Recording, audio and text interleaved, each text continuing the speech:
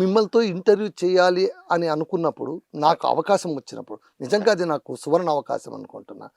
ఆ అవకాశం వచ్చినప్పుడు నేను మీ ప్రొఫైలు, మీ వీడియోస్ అవన్నీ వాచ్ చేస్తున్నప్పుడు చాలా అబ్బురంగా, ఆశ్చర్యంగా, చాలా ఆనందంగా కూడా నేను అనుభూతికి లోనయ్యాను.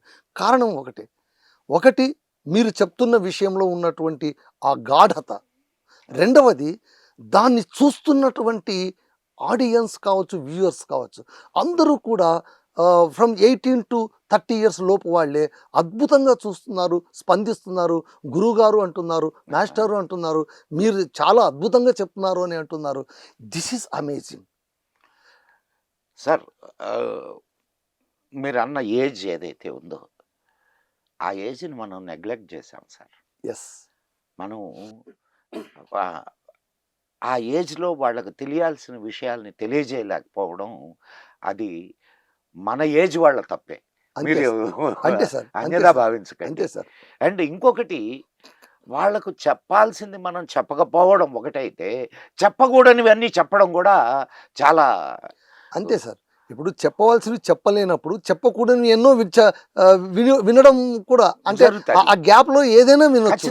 ఖచ్చితంగా. కాబట్టి అవసరమైనవి ముఖ్యంగా మన దేశ ఔన్నత్యాన్ని, మన సాంస్కృతిక వారసత్వాన్ని, వీటన్నింటినీ కూడా గొప్పగా భావించడమే నేరం అనుకున్నటువంటి ఒక వాతావరణం సమయంలోన మీలాంటి ఒక విజిల్ బ్లోయర్ అని చెప్తున్నాను, ఒక జాగృత పరిచేటువంటి వ్యక్తులు రావడం అనేటువంటిది నిజంగా ఈ సమాజం చేసుకున్న జాతి సార్. ఎస్. ఇప్పుడు ఇది ఎవరిదో అనుకుంటే మీరన్న ఇది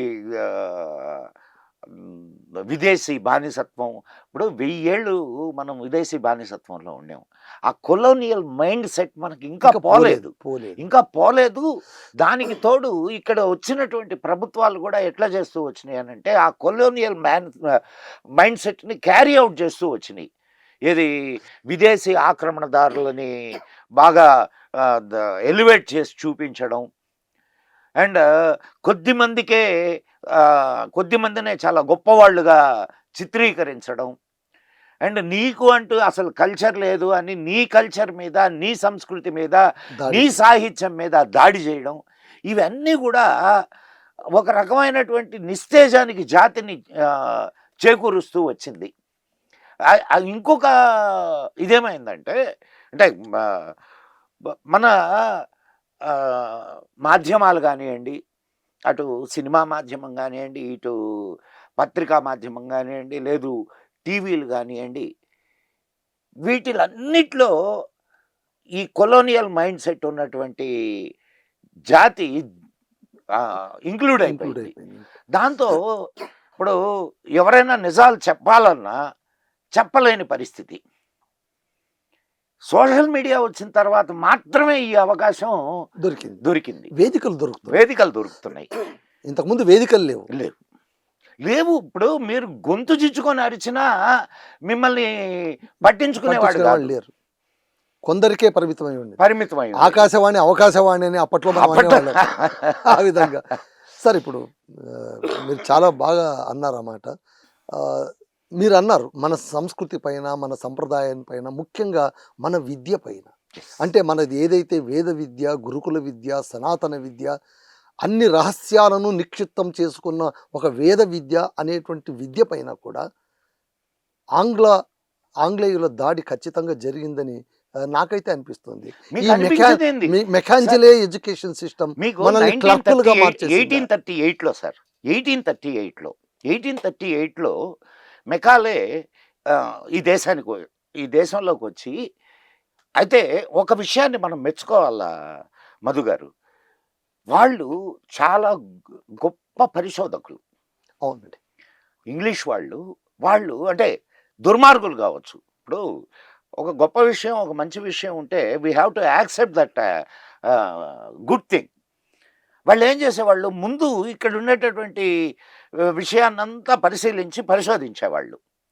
పరిశోధించిన తర్వాత దాని మీద చర్చ చేసి వాళ్లకు అనుకూలంగా ఎట్లా మలుచుకోవాలో దాన్ని ఫిక్స్ అవుట్ చేసేవాళ్ళు. మెకాలే ఈ విద్యా విధానాన్ని ఇంట్రడ్యూస్ చేస్తూ చెప్పినటువంటి మాట, వీళ్ళకు ఒకవేళ స్వాతంత్రం వచ్చిన తర్వాత కూడా 200 సంవత్సరాలు ఈ జాతి ఈ విద్య యొక్క ఎఫెక్ట్ మీద నుంచి బయటకు రాలేదని చెప్పాడు. ఈ రోజుకి అదే జరుగుతుంది కదా. మనకు టెక్నికల్ ఎడ్యుకేషన్ ఎప్పుడు వచ్చింది సార్? పోనీ విద్య మన మామూలు స్కూళ్ళల్లో కూడా నీ సంస్కృతిని సాంప్రదాయాన్ని గురించి కానీ లేదా నీ దీన్ని గురించి ఏమన్నా చెబుతున్నారా? ఇంకా పిల్లలకి ఎట్లా తెలుస్తాయి సార్? ప్రాథమిక స్థాయిలోనే మాతృభాషను తీసేస్తున్నారు. అసలు మాతృభాష సంగతి అటు పక్కన పెట్టండి.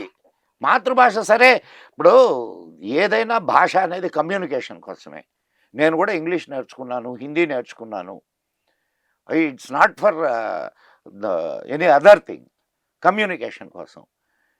అసలు నీ చరిత్రకు సంబంధించి లేదా నీకు మంచి అలవాట్లు నేర్పించడానికి, నువ్వు ఒక సరి అయిన నిజమైనటువంటి పౌరుడుగా తయారు కావడానికి ఈ విద్య ఏమాత్రమైనా సహకరిస్తుందా? దాంట్లో అంశాలు ఉన్నాయా? ఒక నిషేధమూర్తి, ఒక నెగిటివ్ పర్సనాలిటీ బయటకు వస్తున్నాడు. మరి మన జాతిని మనం కాపాడుకోవాల్సిన అవసరం ఉన్నదా లేదా? నిజమే. ఈనాటికి ఇప్పుడు మనకు వచ్చిన చాలా పెద్ద సమస్య ఏంటంటే ప్రాబ్లం, నీ చరిత్ర వేరే వాళ్ళ చేత రాయించబడడం. నీ చరిత్ర నువ్వు రాసుకొని ఉంటే వేరే విధంగా ఉండేది. నీ చరిత్ర వేరే వాళ్ళు రాశారు, అదే నీ చరిత్ర అనుకొని నువ్వు ఇన్నేళ్ళు నిద్రపోతూ ఉన్నావు. ఇది అండ్ మీకు ఇంకొక యాంగిల్ చెప్తాయనండి.